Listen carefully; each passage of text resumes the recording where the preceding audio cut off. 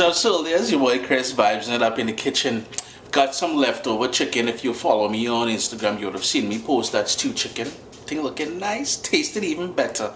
Got that leftover chicken. Thought I'd do some cabbage with leftover stewed chicken for dinner. So if you guys want, if you're vegetarian and you want to leave out that stewed chicken, you can certainly do that. But if you have stewed chicken on hand and you have some cabbage, well, free up yourself. You're gonna like this one, man. Let's get cooking. Got my pan on a medium heat. I'm gonna go in with some olive oil.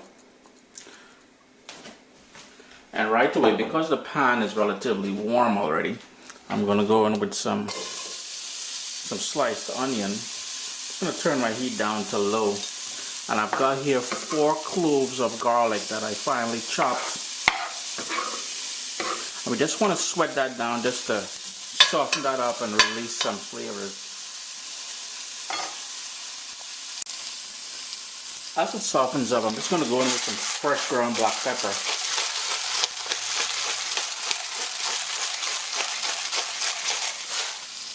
Just let it keep going for about 2 or 3 minutes. Gotta love the scent of cooked garlic and onion. My heat I'm going to turn up to medium now, and I'm going to start adding all of my chopped cabbage to the pot. It will seem like a lot, but remember with cabbage, it will wilt down as it cooks. Next up, we're going to go in with some salt, and I'm using sea salt. You can use whatever salt you like. I have here some scotch bonnet pepper that I chopped up. That is totally optional, but I want the kick from that. And speaking about kick, and to give it a little bit more extra flavor. Now remember, this is not the curry cabbage we're doing. I've already done curry cabbage on both the website as well as here on YouTube. But just for a little bit more flavor, I'm going to go in with about a teaspoon or so of curry powder, your favorite curry powder.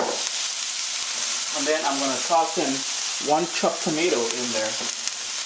And you want to give that a good stir to bring everything together.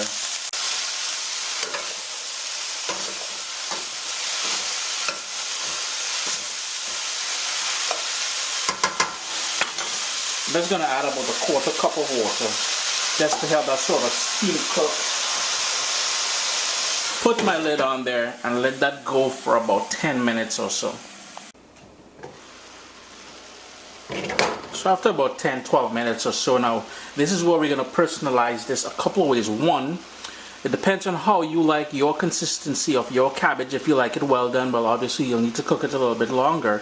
I like it with a slight crunch in there. So at the 10-minute mark is when I'm going to go in with my stewed chicken, and you want to get any sort of remaining gravy that's left back in that stewed chicken pot that you had from before.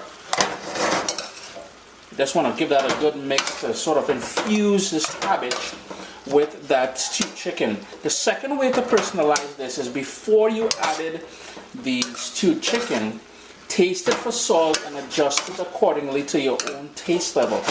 Now I noticed some liquid on the bottom of my pan here, so I'm just going to crank up the heat to burn that liquid off. Leave my pan open. If you wanted to do this fully vegetarian, just minus that stewed chicken that I added in there, and you'll have a brilliant cabbage dish. Trust me on that.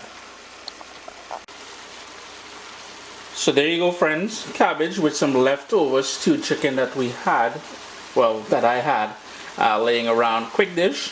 You will absolutely enjoy this one. Again, you can do this vegetarian if you want. Always a pleasure to have you guys here in the kitchen with me. After I added the stewed chicken, it only took maybe about 4 or 5 minutes just to bring everything together and to burn off the extra liquid at the bottom of the pan. Do give this one a try, and bless up, man.